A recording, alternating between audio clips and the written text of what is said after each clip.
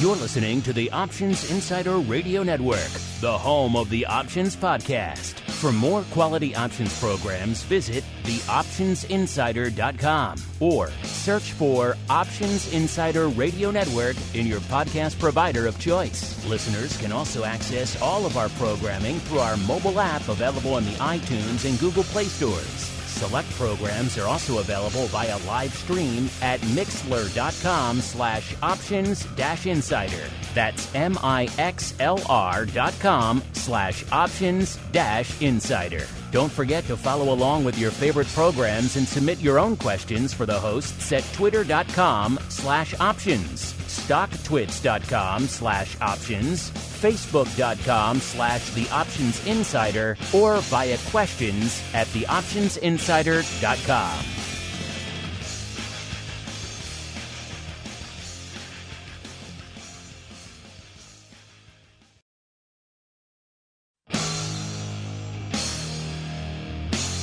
And now, it's time for the show that breaks down the options market from unusual activity alerts to market analysis, strategy overviews, listener questions, and much more. If it involves puts and calls, then our all-star panel will break it down. It's time to hit the Option Block with your host, Mark Longo from the Options Insider Media Group, and co-hosts, Uncle Mike TOSAW from St. Charles Wealth Management, along with Mark the Greasy Meatball Sebastian and Andrew the Rock Lobster Giovinazzi from OptionFit.com. And now, get ready to hit the Option Block.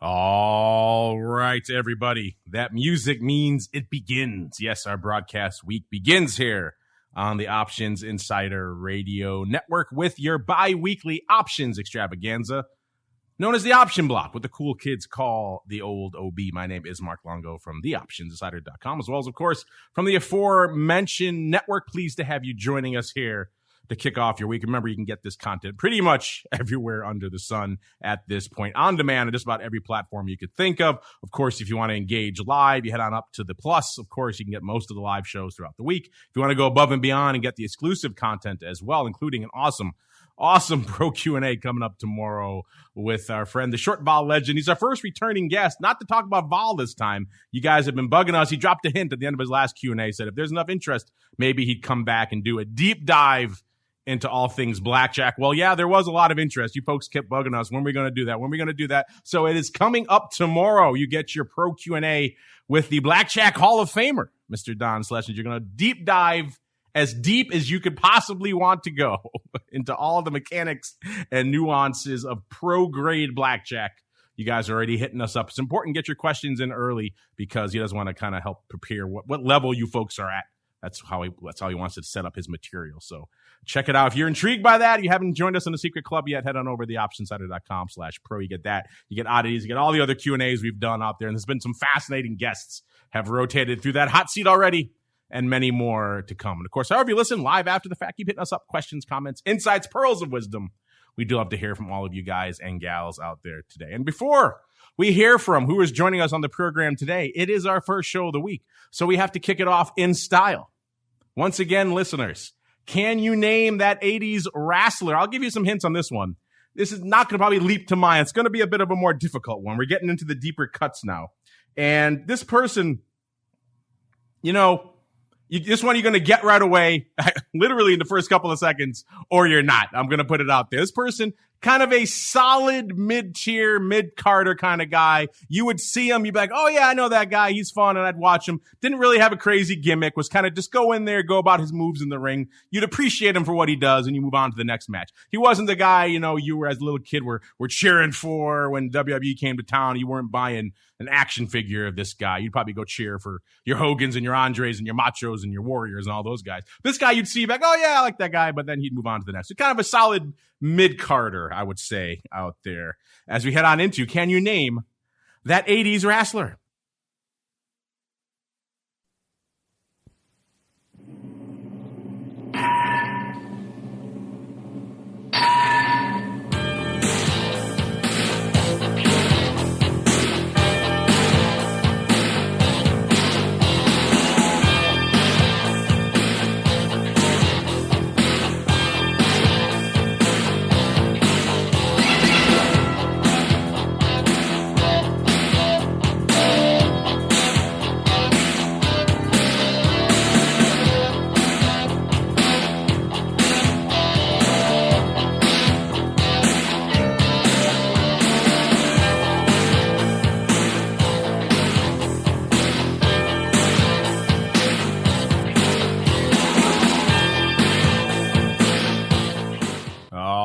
right.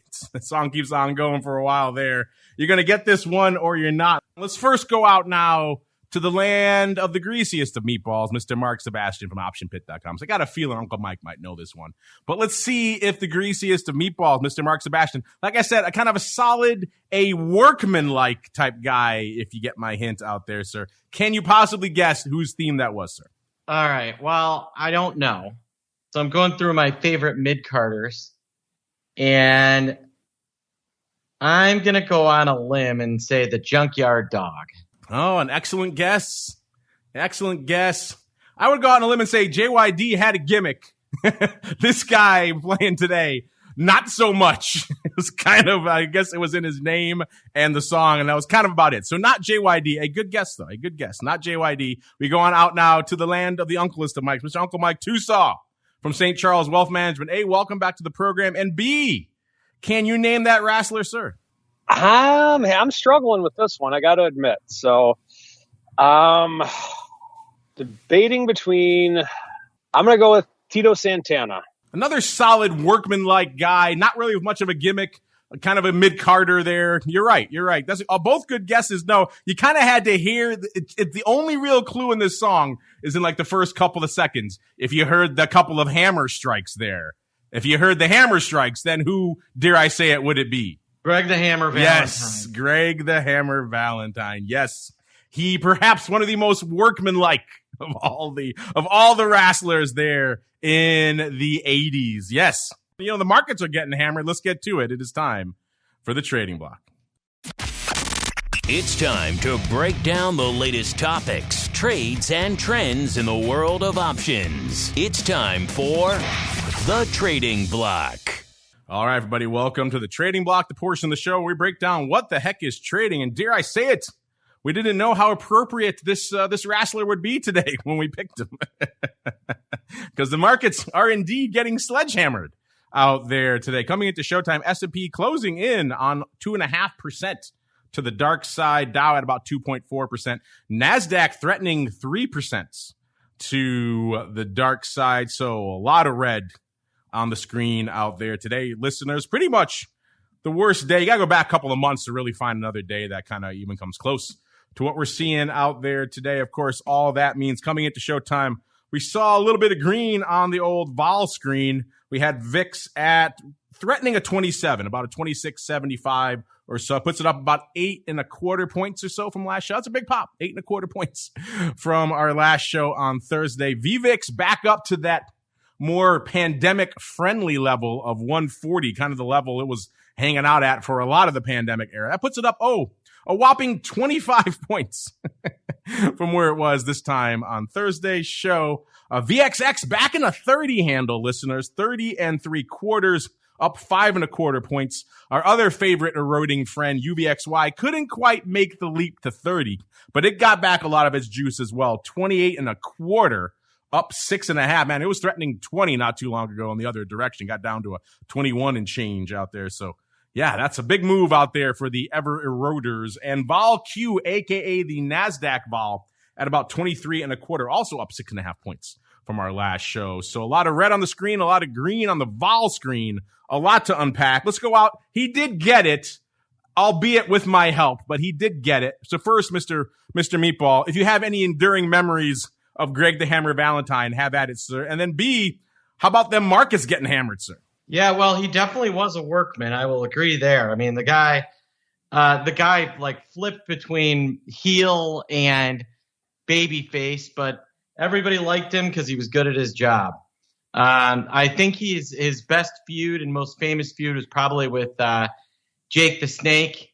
I believe the Snake won that feud, as we are one to expect, but that was a big one. And then I believe he was in some tag teams with a lot of people who ended up being huge stars down the line.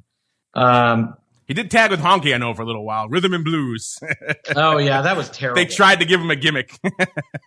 So yeah, the Honky Talk Man may have been the worst character ever. They stole Honky's gimmick and they put it on Greg the Hammer Valentine. Recipe for a disaster.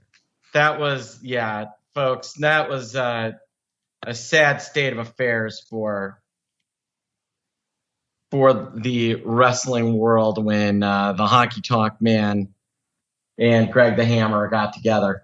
I gotta say, on Friday during Vol Views, we were talking about, hey, does this set up for the kind of not a great Thursday, bad Friday, and huge sell-off Monday? And Mark, I'm just going to go and say that the answer is yes. It's quite a daring prediction, sir. You went on a limb on that one. Interestingly, the airlines are up today. I don't know what the deal is there. But like American's up, UAL, but everything else is down. Bonds are up mildly, but like gold can't get a lift, silver can't get a lift. The major NASDAQ names are getting smoked. And one thing I was kind of pondering, and I'd love your guys' thoughts on this. All right. So what really launched the stock market was when at the depths of the pandemic, right? At the depths of the lockdown, all this money hit accounts that had nothing, and they didn't have anything to do with it. So what do? They go and they buy stocks and stock options, and Robinhood blows up, and the market blows higher. All right. Well, here we are, and we're now near an all-time high, and people are generally gainfully employed if they want to be. All those benefits, the free money from the government is ending. Does this set up for an absolute collapse of the Robinhood trader, of traders using Robinhood to try and create dollars for themselves? And, what does that do to Robinhood itself? And where do we go from there? And it's just something I've been pondering today. Does a major sell-off potentially cause blow up Robinhood? And I'm not sure the answer isn't yes. It's funny because you're right. That is on the surface. You'd think all of these newly minted traders have pretty much been born in a bull market, so they've never really seen the blood red on the screen for a sustained period of time. Will that shake them out? We were joking before the show. Everyone says BTFD. I think we all agreed right now is not that moment. You don't want to jump in front of this one. You don't want to catch that falling knife. Let the sell off. Let it peter out first before you start diving in there. But we did have a guest on TWIFO last week from RJO, made an interesting point about that. He said, everyone is talking BTFD and maybe these markets are overvalued, but still, he said there's still $5 trillion sitting in the sidelines in money markets. And so that is still a pretty strong cushion. So we'll see if some of that $5 trillion starts pouring in. Because remember, listeners, all this red we're talking about, blood red, we're still at a 43.25 or so in the S&P. Remember, not that long ago on their election show last year, not even a year ago, we were 1,000 points below. So we were dipping and flirting with the 33. So we still have moved quite a bit. We still have a lot of downside we can do yet. So we still are at pretty lofty levels, even with today's sell-off. So everyone's like, oh my God, this sell-off is done now. We can dive in. Remember, there still is more room potentially to run in both directions. Let's head on out now to the land of Uncle Mike. First off, Uncle Mike, welcome to the show. Second, if you have any enduring memories of the most workmanlike Greg the Hammer, have at it. C, what is your answer to Mr. Meatball's question? And D, a four-parter for you. What is lighting up your tape today, sir? Well, A, thank you for the welcome. It's always a pleasure to be here, of course. B, in terms of Greg the Hammer Valentine, indirectly, he actually made me cry when I was a grade schooler. And did he hit you with his hammer? He did not. But when he was a tag team partner with Brutus Beefcake, they were feuding with Barry Windham and Mike Rotundo. Those two were my favorites for a while. Back in the mid to early 80s, wow. They came out to Deep Born cut. in the USA, and those are my favorites. And then I remember when one night, it was actually, I still remember this whole story clear as day. So I remember when Bruce the Barber Beefcake, it was before he was the barber, he was just Greg Valentine's tag team partner. He took a piece of lead and he rubbed it across the eyes of Barry Windham, and so Barry Windham was blinded by that, and that I couldn't handle that as a kid. It really stressed me out. And so this is how my family is. I remember, shortly thereafter, my aunt called just to talk to my mom or something. And that was back in the days before cell phones. He said, hello, hi, can I speak to so-and-so? So my aunt's like, you sound horrible. What's wrong? I'm like, they blinded Barry Windham. And so instead of her saying, she didn't lie to me. She didn't tell me that wrestling was fake or anything like that. She said, well, sometimes you don't get blind forever, and I'm sure he'll be okay. And that made me feel so much better. And sure enough, she was right. Barry Windham recovered from his blindness and went on to have a very wonderful wrestling career. So wow. That was a deep, insightful, some might say disturbing glimpse into the early psychological trauma of Uncle Mike. Very much so. Very much so. So anyway, with that being said, there's your little bit of 80s wrestling history for you from my family. C, in terms of what Mark's saying, a lot of times when you have sell-offs like this could be the end of the Robinhood trader. I don't think it'll be the end of Robinhood itself, just because of the fact I remember being at Options Express many years ago, and when options were like the thing, they're still the thing, don't get me wrong, but when we had a big influx of retail traders in like 2005 through 2010, Options Express was the thing back then. This is before Thinkorswim kicked their butts. We actually were in a situation, nothing like what Robinhood is today, but we are very much like the brokerage. Now, when the $3,000 seminars went away, and when the unethical educators went away, and you actually had guys that know what they're doing, such as the option pick coming into play, the get-rich-quick people went away. Now, with that, of course, the DARTs, daily average revenue trades, went down fairly significantly at Options Express, but Options Express was still a very profitable company. And I believe that Robinhood is big enough to where they'll recover from this, not to the levels with which they were a few months back when it was just the thing that anyone talked about, but life will go on for them. And I think eventually they'll go the way that what it seems every small to mid-level broker goes, somebody will buy them. And that's kind of what I think the eventual fate will be for Robinhood. But for the time being, the Robinhood trader, I don't know if they're going to be around much longer because the unemployment benefits aren't going to be what they were. And these people are going to have to start getting jobs again. So I don't think they're going to be around in that spirit of things much longer. But Robinhood in and of itself, I could see lasting. It's not going to be like what it was. And then eventually, like everything, they will get bought.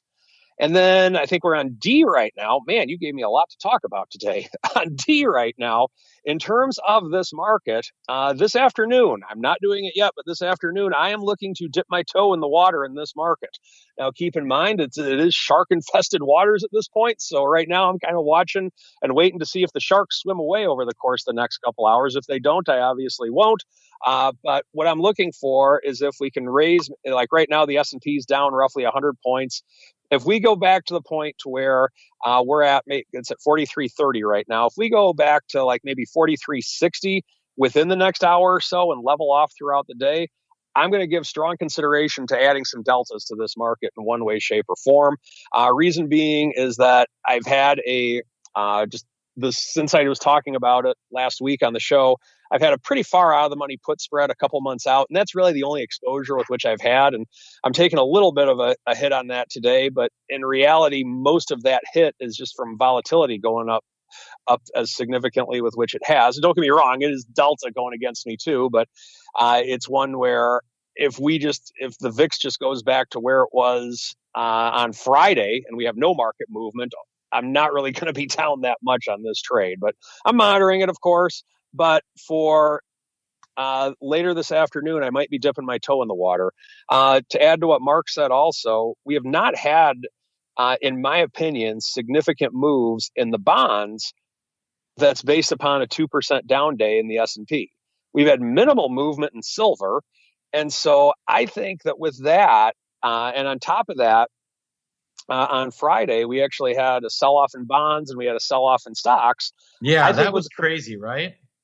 It really was. And so I think with all those things, I could at least see a potential dead cat bounce. And what I'll be looking to do a little bit later today is probably buy a small position out of the money bullish butterfly of some sort.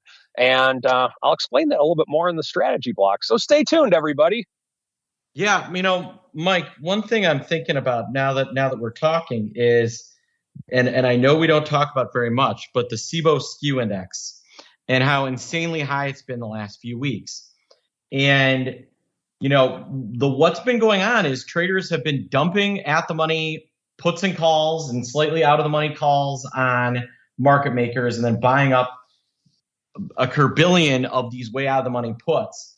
Mark, do you remember a study you were talking about in 2008 about the effect of gamma hedging on the stock market in 08, and the fact that the market makers were long or short so many of these out of the money puts that they had to just unload futures as we drop? Yeah, it was an accelerant. Yes. Does that set up here again is another, I think, important question that we need to be discussing? Well, these levels, you're right, are getting pretty astronomical. I mean, the skew index is hovering around 150. That's kind of a pretty frothy top level for the skew index if you've been following it or know much about it, listeners. And of course, if you're listening to shows like TWIFO, where we break down the puts and call index independently out there in products like the E-mini, you'd see that those puts have been trading at about 30+% premium to the at the money for a while now out there. So there's lofty amounts of premium bid in there, which means, of course, the market makers are short those to high heaven, listeners. So if we do start kicking into these strikes aggressively, I don't think we're quite there yet, but if we do start blowing through strikes to the downside, that could be a factor, a bit of the old gamma accelerant, if you will, listeners out there. Something to keep in mind as we keep on rolling here with the show. By the way, what is driving the airlines higher? You asked earlier, Mr. Meatball. It's like the Biden administration easing restrictions for travelers from the UK and the European Union. So in spite of the blood red sell-off out there, looks like at least a little bit of joy out there for the airlines. Let's see if there's joy for the markets in terms of volume right now. And spoiler alert, listeners, the answer is pretty much yes across the board. Every major index is at, or in some cases, wildly exceeding their ADV already. As we're talking here, VIX right now closing in on 700,000 contracts, 673,000. The ADV has ticked in the other direction. It went down last week, down to 420. It was like 445 or so last week. So that's ticking down. I got a feeling it's going to be going back up after today. SPY already at 5.5 million contracts. The ADV is 4.5. So already blowing the doors off out there. The S 1.55 million contracts. The ADV is 1.46. So it's already surpassed its ADV. The Qs, 1.5 million as well. The ADV is 1.35. Interesting that the Qs have a lower ADV than the S now. That's interesting. And IWM, one of the many flavors of the small caps out there, at 660. The ADV is 656. So ticking past its ADV is already as well. So all the major indices at or very, very much exceeding their ADV out there. Let's go out to the top 10 out there right now. And this looks like this is your 2021 stereotypical top 10, if I do say so myself. You got some old schoolers, you got some memes in there, you got one or two new kids. It's all sorts of fun. Cost you nearly 250,000 contracts to break into the top 10 today. Listen, that shows you how frothy things are. That gets you out to Baba out there, 248,000 contracts. Number 9, a newcomer to our top 10. Don't think we've ever parsed this one on the show before. SDC, aka Smile Direct Club. Are they the newest addition to the meme frenzy? Not doing a heck of a lot out there from a stock movement level so far today. Let's see, I just had them up earlier. Let's see where they are right now. But they had a nice range over the last couple of days, almost a $2 range, about a $6.50 stock. So not exactly a crazy one. About a few days ago, they were trading $5.60, got up to about $7.30 or so. Of course, 52-week high, they got up to $16. Let's see when that was. That was back in January. Also, they were an early convert to the meme palooza, and they got up to nearly $16. And haven't quite seen those levels again, but seeing some paper today to the tune of 277,000 contracts for Smile Direct Club. Number 8, AMD, 278,000 contracts. Number 7, NVIDIA, 300K exactly. NVIDIA, kind of a perennial top 10er these days. Number 6, NEO, also a perennial top 10er, 304,000 contracts. Ford, number 5, fighting its way back into the top 10. Ford getting a bit of a shellacking today, off 1270 now, off nearly 90 cents or about 6.3% on the day. Good for 352,000 contracts. All those folks have been loading up on upside again out there in Ford. Perhaps not going to be liking this news today. Number 4, the other half of the symbol twins these days, AMC, 424,000 contracts on the tape, listeners. Number 3, it's Palantir again. a perennial top tenner these days. Good for nearly 500,000 contracts today. 485,000. Let's just look really quickly, see what Palantir is up to. It's off $1.60 or about 5.6%, trading right around $27. So a decent move today for Palantir, but man, that's a lot of paper for Palantir. Surpassed only by number 2, Tesla, 669,000 contracts. And of course, the big dog, Apple. Strangely enough, Apple has yet to surpass 1 million, 998,000. It's close, but not quite there. You think in a day when numbers and indexes and everything else are big names are throwing up 1 million like it's going out of style, you think Apple would already be there, but not so much today. It shows maybe some of that paper spreading out a little bit and hitting crazy newcomers like STC and everything else out there. Speaking of crazy and everything else, you guys have been playing along a lot in our questions of the week. We got a new one, very much inspired by what's going on in the markets today. We put it up there right before showtime. You can get at it at Options is the place to go. We're asking you quite simply, we got the vol popping, we got markets selling off. Is this a blip on the radar, or are you feeling this for a little bit? Very simply, where do you think VIX is going to go out at the end of the week? Kind of a different version, different flavor of our crystal ball game. Gave you 4 choices. The very elevated range, north of 26, which is where it's hanging out right now. The elevated range, so let's say 23 to about 26, 25.99. Let's put it in the frothy range, so 20 to about 23. And bubbling, which is below 20. Get on out there, make your voice heard. So far, folks are betting in the early voting that we're going to hang out where we are right now, very elevated, aka north of 26 with about 40% of the vote. Do you agree? Do you disagree? Get out there at Options, make your voice heard. We do have some new earnings move results reports hot off the presses from our friends over there at ORATS. You guys know where to go to get more of those completely for free, theoptionsinsider.com. Click on the Options News and Articles tab on the top of the homepage there, and you can go off to the races. Research until your heart's content out there. This week, again, we got some interesting names. We got Lennar after the bell on the home front there today. Tomorrow, we've got FedEx after the bell, Cracker Barrel before the bell out there. How are those premium rocking horses and fried chicken? How's that going? I guess we'll find out tomorrow. We've got KB Homes and BlackBerry, good old BlackBerry, on Wednesday after the bell. General Mills before the open on Wednesday. Accenture on Thursday. Costco on Thursday after the bell as well. Rite Aid, a.k.a. RAD, before the bell on Thursday. So a lot of names still popping off out there this week. Updated earnings move results, and earnings season reports. The season still holding firm at 86% right now, listeners. But we got some new names popping off, including the Meatball's favorite Darden restaurants. They're popping off on the 23rd before the bell. Will they exceed their $7.50 straddle? I guess we'll find out on Wednesday. Meanwhile, though, it's time for us to find out what the heck is going on out there in the world of weird and wonderful options activity. Yes, it is time for the Odd Block. It's time to break down the most interesting, unusual, and downright questionable options activity that's been identified by theoptionsinsider.com. It's time for the Odd Block.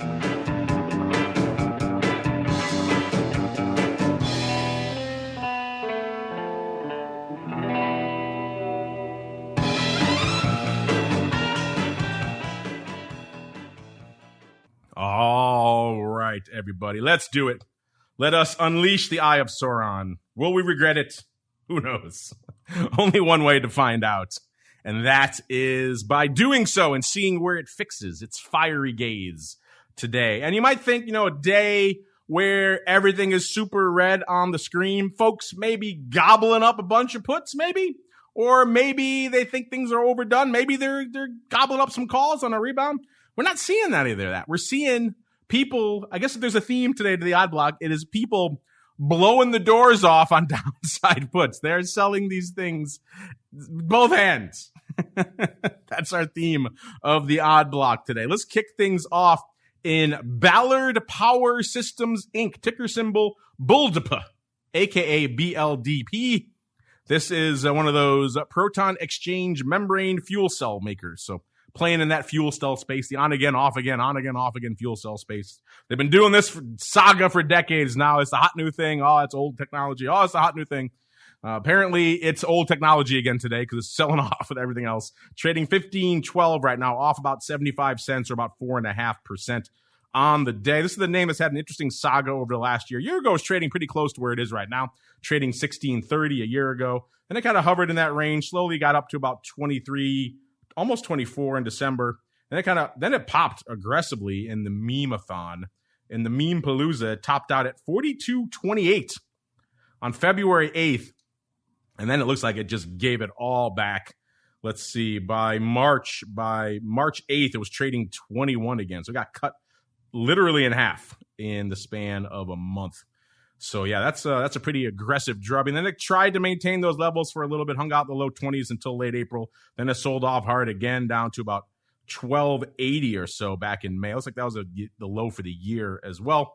And then it's kind of been bouncing in this, looks like 18 on the upside and down to about 15 or 14 on the dark side there for the better part of the last few months. But you had quite the heroic run earlier in the year, and that was very short-lived, unfortunately, which this chart is kind of like the fuel cell industry in microcosm here. Everyone's all excited for, oh no, there they go again. So we'll see. We'll see what our Eye of Sauron finds out here today.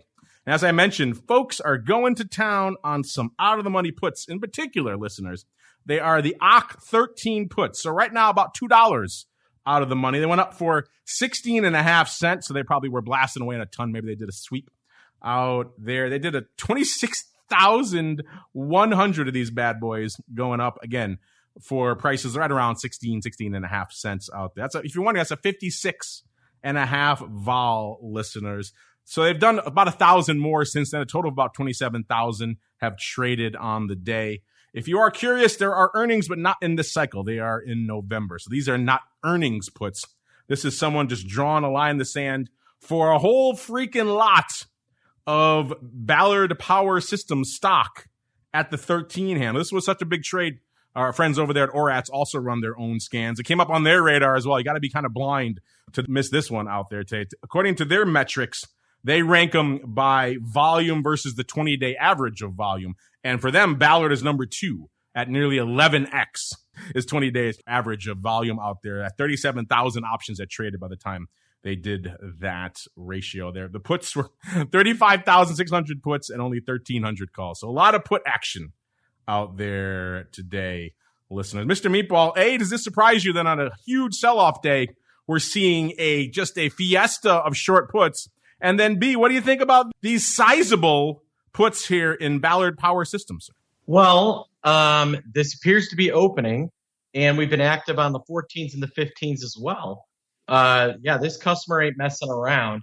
They're looking to collect, for a $13 stock, 20 cents, 17 cents, whatever they ended up getting, is not a terrible yield. I can think of better ways to express that, but the customer's saying, I'll buy the stock till the cows come home below 13. I don't know much about Ballard, but if you like Ballard, then that's not a bad little play to get involved. Yeah, this is one of the more sizable line in the sands we've seen. So we're going to keep an eye on this one. You don't have to wait long to see how this one works, listeners. Will this line be crossed? Will they buy quite a few shares of Ballard Power shy of the 13 handle? Or will they keep their nice and, I won't say juicy, but get a little bit of juice there, little squeeze there, 16.5 cents in Ballard Power? We shall find out. You like these? Are you a fan of the whole fuel cell industry? You like drawing that line in the sand there? You're going to dive into these? You're going to fade them?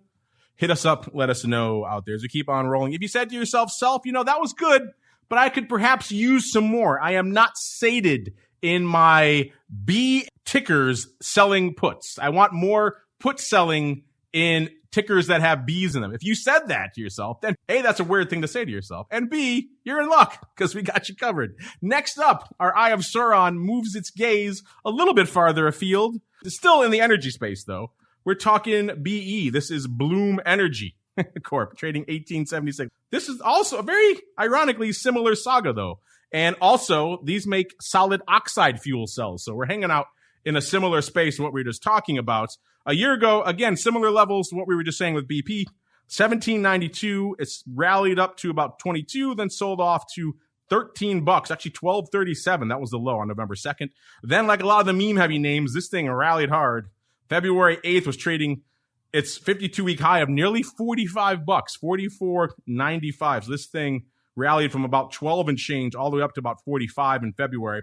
And like a lot of the meme names, including our friend we just talking about, Ballard, it couldn't maintain that level. By March 8th, it was trading 25 again, sold off to 18 3/4 in May, tried to rally a bit, got up to about 28. So rallied about $10 in June, all the way up to June 28th. Then it sold off back to around the 20 level. And right now it's down to about 18 3/4 where we find it today. All right, now back out to the put front here. We've got the AAPL 16 puts. That makes more sense.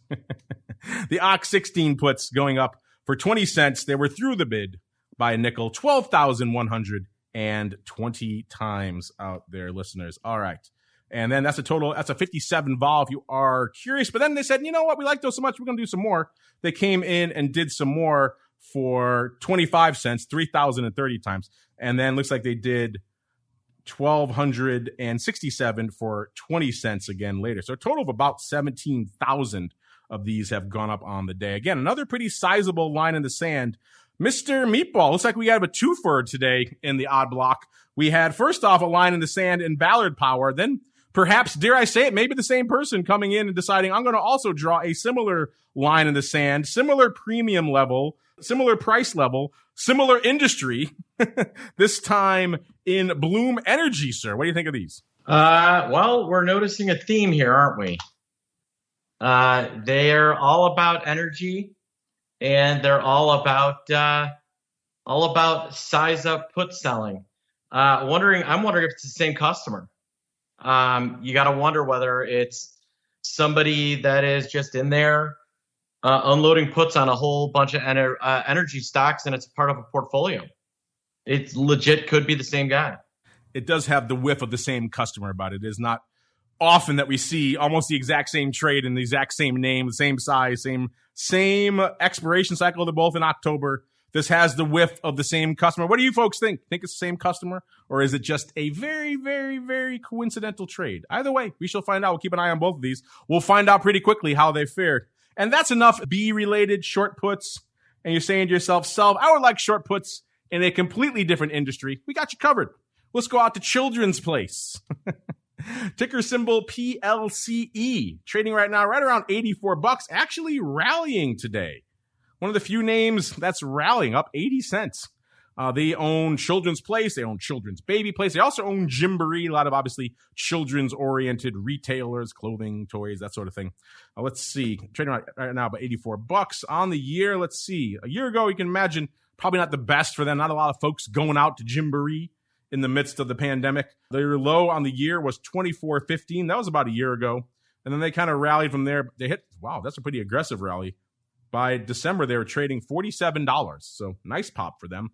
Then they continued their upward swing. By February, they were trading $77. So they got caught up maybe in the meme frenzy.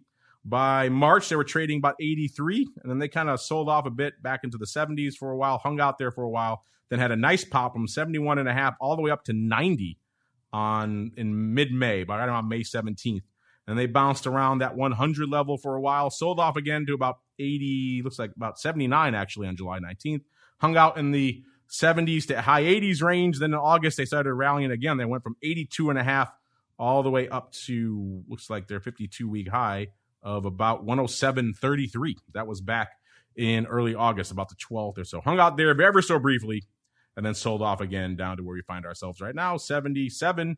Before bouncing again this week up to about 83. So again, been an interesting, torrid year out here for Children's Place. A lot of vol in Children's Place. Let's see what our Eye of Sauron found out here. We got puts yet again, listeners, and the 70 strike. This time they're not really playing that close to the fire, but they're getting some juice for these. They sold these for $1. 4,180 of the AAPL 70 puts went up on the bid for $1. That's about a 64 vol. The stock was a little bit lower, 83.5. Not that much lower right now. There are no earnings in this. So Mr. Meatball, again, the 52-week low is $24. So that's probably playing into that a little bit. But still, they got $1 for these nearly $14 out of the money puts, sir, with only, about a month or so to go here. What do you think of these in everyone's favorite Gymboree owner, Children's Place, sir? It's a nice, old, Little Mark was a Gymboree kid. Love Miss Joanne that was working there. And yeah, this makes a lot of sense. It's a nice yield for something way out of the money. If you don't think it's going to get there, it's a quick way to pick up a nice little bit of income. Don't hate it. Yeah, I also do not hate these. And we see the earlier ones, getting 16.5 cents. This guy at least is getting $1. Granted, he's diving into some potentially perilous waters, so he's being rewarded for that, but still, not a small amount of juice to be found out there. You know what else is to be found? It's Monday. Let's go see if we can find Uncle Mike again. It is time for the strategy block. It's time to dispense options, wit, wisdom, and education. It's time for the strategy block. All right. Welcome to the strategy block, the portion of the show where Uncle Mike holds court with some options, wit, and/or wisdom, perhaps some more personal anecdotes about the trauma inflicted by Greg the Hammer Valentine and Brutus the Butler Beefcake. Mr. Uncle Mike, I believe you teased us with tales of an upside fly, sir. So have at it. The floor is yours. Okay, so I first want to start by taking us back to the lovely years of 2016 and 2017. Back when we used to tell ourselves there's no way that Donald Trump is a single-digit VIX president, but yet he was somehow for a couple of years. And in that time, what oftentimes I would do is if we'd have a dip in the market, such as today, although we didn't have too many of them like we've had today, but when we'd have a dip in the market or a down day, it was fairly simple, just buy an out of the money call. And I enjoyed doing that just because at first I didn't, because I'll be honest with you, in the Trump years, I bought more out of the money calls than I'd ever have in my entire life, I'm convinced. But with that, what I liked about that setup was the fact that if I was wrong, well, I didn't have that much money on the table. But if I was right, then if the markets were to go higher, the vol wouldn't come down that much because it was already so gosh darn low. And you could profit from the gamma on that if the markets would go your way. Now, we're in a time now to where life is obviously very different than it was in 2016, 2017, when we have the VIX up in the 20s now. And you can't really do that because let's say you were to buy an out of the money call, unless the market goes up a lot, you're probably not going to profit from it because volatility is going to come out so fast. You're not going to profit from gamma per se, just because of the fact that you're going to have to wait till it goes in the money, in my opinion, before you're going to make any serious money on it. So you really can't do what was done back in 2016, 2017. So what I'm looking to do, or what I've been doing a little bit this year, is I've been buying out of the money butterflies. And the way on days like today, or on if I'm looking to just do something to where I want to get some skin in the game, I'm in a similar market sentiment that I was back in 2016 or 2017. If I'm ever looking to do something like that as kind of a replacement for an out of the money call, I like an out of the money butterfly. Now, a couple of things with them. I like going maybe 1 month out, something like that. I don't like going too far out. Maybe somewhere between 4 and 7 weeks typically is what I'll look to do. But what I think is really important with that is that as the market increases, you could make money because you'll be ultimately bullish on the fly in and of itself. And so what I like doing with it is that I like to get out of them before they get to the wings. Now, I can't say I've done that every time. Sometimes they've gapped up and I've had to work around it, of course. But the reason with which I like doing that is that once you get within the wings of the butterfly and getting closer to the body, if you will, you're really not going to get a lot of benefit from it until you get really close to expiration. And by benefit, meaning the time decay on it. Of course, you look at the expiration day risk reward of a butterfly and you're thinking, holy cow, that can be 10 to 1. Why would I ever want to buy a call ever again? Well, it's not quite that simple because the value of the body of the out of the money butterfly will increase so much to where it'll work against you. You really won't make that much. So ultimately what I'm trying to do with this is, let's say I were to invest 50 cents into something like this. If I can get out at between 90 cents and $1.10, that's usually where I think that probably the best spot to get out at in a market like this, to where if we do have if we do come back and buyers come in today or tomorrow or whenever, and markets do what they do, then it's difficult to get much more than that, quite honestly. If you want to wait till expiration and try and bleed every penny out of it, you can. That's one thing you can do, but quite frankly, good luck on doing that. Let me know how that ends for you. So if you get into that situation where it's a little bit too close, then sometimes you have to either hedge it or get out of it or something along those lines. But ultimately, what I'm looking for is for an increase and able to be able to get out before it goes in the money. And that is the strategy block for today. Thank you for that, Uncle Mike. As we keep on rolling, let's see if we get some listeners on real quick. Mail block. It's time to take your seat on the All-Star panel as we read your emails, tweets, Facebook messages, website comments, and much more. It's time for the Mail Block. All right, welcome to the Mail Block. This one just came in during the show, so someone's obviously concerned about you. This comes from Ron G. Uncle Mike. He says, it's not an Uncle Mike kind of day. He looks like he's in a country lockup on his Twitter feed today. I'm not sure. I haven't checked what you've posted, Mr. Uncle Mike, but you appear to have given him cause for concern. He also says, can you guys talk about wash sale rules with rolling spreads? Seems to be a lot of controversy on the subject. Love the show. My P&L is swelling up. Well, I'm glad to hear that. It sounds like maybe you took some of our advice to perhaps be diligent with your positions, perhaps do a little bit of hedging to the downside, and also, of course, take those hedges off when they're working for you. So either way, glad to see it. Uncle Mike, A, are you in county lockup today on Twitter? I'm not sure what he's referring to. And then B, do you have any thoughts on wash sale rules with rolling spreads? Okay. I purposely try and do my Twitter feeds from a different spot as often as possible, sometimes from my car, sometimes from my front yard. So that's just kind of the mystery. I was just kind of curious to see if anyone ever noticed if I was in a different spot. And apparently they did. So no, I'm not in county lockup, but my location will remain unknown. I see what he's referring to now. Yes, you're like right in front of like a white brick wall. It looks like you are in prison. Yes. That's hilarious. So my location will remain elusive. I will never tell anyone where I'm at. But anyway, in terms of wash sale rules with rolling spreads. So first off, what is the wash sale? The wash sale is if you sell a stock and you want to take a loss on it, you cannot buy the stock again for another 30 days. My understanding of the wash sale, and I am not an accountant by any means, is if you buy something similar to it, then you would it still could be considered a wash sale. However, I am not an accountant, so don't take my word for it. I would make sure that you would check with your accountant on such a thing. But yeah, my understanding is, let's say you sold Google or a stock that you wanted to take a loss on, and then you bought calls on Google the next day, then still wouldn't be able to account for a loss if you were to do something like that. So I imagine, and once again, I'm not 100% on that. I can't give tax advice, or my compliance people will put me in county lockup. So, but from my understanding of it, with rolling it, you really you would not be able to take losses on it. But once again, check with your accountant. Mr. Meatball, A, do you have any thoughts on rolling spreads and impacting wash rules? And also, have you seen Uncle Mike's latest video from prison? It's funny. I've not seen his video from prison. My understanding is that options do not fall under the same wash sale rules as individual stocks do.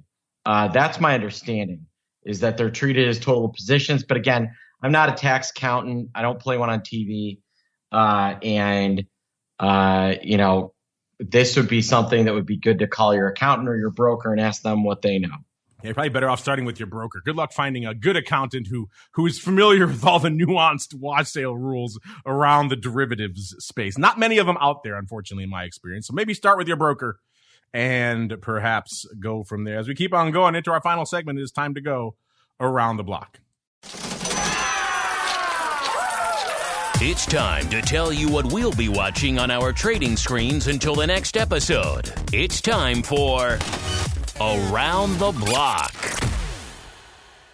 All right, everybody, welcome to Around the Block. Let's see how the action is going really quickly on our early voting in our VIX poll here. A very elevated, still winning north of 26, a little bit less now, about 36.4%. Number two in the frothy range, 20 to 23, with about 27.3%. So we skipped the whole middle range there. That's only 18.2% for elevated, 23 to 25.99 at Those of you saying bubbling, aka below 20, at an 18.2. I'll leave it to you to discern whether bubbling should be higher than frothy or not. These are the semantic arguments of our day. Instead, let's go around the horn. Let's start with the greasiest of Meatball. Mr. Meatball, sir. You already played our crystal ball, but if you want to amend yourself, given where we are right now, have at it. And then B, what is lighting up your tape for the rest of this week, sir, until we can gather here together on Thursday? I mean, well, we got a bit of a market sell-off that I think we need to be paying close attention to. And then we do have the Federal Reserve this week. So that's another thing to keep an eye on, and whether that could be a spot where markets either really tank or turn themselves around. Yes, all eyes on the Fed. You're going to get some of that quote-unquote Fed spookage. How much of that is being played out today in the markets? That's up for debate as well. As we're going out to Uncle Mike. Is he in lockup? Is he not? If so, he must be running out of his time on his one allotted phone call. Mr. Uncle Mike, sir, what are you keeping an eye on for the rest of this week until Thursday? If I ever was in lockdown, I would make it a point to try to do the option block somehow with my one phone call. That would be wonderful. What I'm looking at is I want to see if we can actually level off throughout the rest of the day today. And if we do, like I said earlier, I will consider dipping my toe in the water with getting some more delta exposure on this. And then the other thing that I'd like to mention is that we are actually positive right now compared to where we were at the beginning of the show. So that's always an exciting thing. I believe we're 2 points above where we were at the beginning of the show. So at this rate, we'll only be down 1.9% by the end of the day. All right, everybody. That music means we've come to the end of our first leg of our epic sojourn on the network today. If you're in a secret club, you're listening live, stay tuned. We'll be back in exactly an hour to break down the wild, wondrous, mysterious world of crypto derivatives. Going to talk the volume, the volatility, the skew, all that action, and a whole bunch more out there in Bitcoin, ETH. All your favorites usually make it on the show every week on the Crypto Rundown. Of course, tomorrow, like I mentioned, got that crazy one-off. Should be super fun. Deep dive into pro-level blackjack. You wanted it. Hey, we're here for you folks. You folks asked us to do it, so we're doing it. Don's willing to do it. Deep dive, Hall of Fame level blackjack tomorrow. Get those Q&A questions in now. It's going to be a popular one, I got a feeling. And if you're not part of the secret club, theoptionsinsider.com/pro. So you can join in all this crazy fun stuff we have going on over there. And speaking of things going on, Mr. Meatball, you got a thing or two going on. If folks want to check it out, where should they go? What should they do? Yeah, head over to optionpit.com. We're putting out great content every day on volatility in the VIX. You do not want to miss it. Optionpit.com to learn more. I think Uncle Mike might have a cool little gimmick on his hands, the old "Where in the World is Uncle Mike" thing for his videos. Mr. Uncle Mike, if they want to play along with you, where should they go? What should they do? By all means, follow me on Twitter at MikeTOSAW. And if you're interested in working with a financial advisor who's not in jail, check out my website, stcharleswealth.com. There you go. stcharleswealth.com is the place to go. And we got to go on out of here. Remember, if you're listening live, we'll pump some fun stuff into the live chat. We'll be back in exactly an hour with the Crypto Rundown. If you're listening after the fact, just hit next. It'll be there waiting for you. See you here tomorrow in the Secret Club for our Pro Q&A session. Then back again on Wednesday, Education Wednesday. Got Options Bootcamp, Options Playbook Radio, your twofer that you all know and love out there. Then back again on Thursday, episode 2 of the Option Block. We'll see you then. You're listening to the Options Insider Radio Network, the home of the Options Podcast. For more quality options programs, visit theoptionsinsider.com or search for Options Insider Radio Network in your podcast provider of choice. Listeners can also access all of our programming through our mobile app available in the iTunes and Google Play stores. Select programs are also available via live stream at mixlr.com/options-insider. That's mixlr.com/options-insider. Don't forget to follow along with your favorite programs and submit your own questions for the hosts at twitter.com/options, stocktwits.com/options, facebook.com/theoptionsinsider, or via questions at theoptionsinsider.com.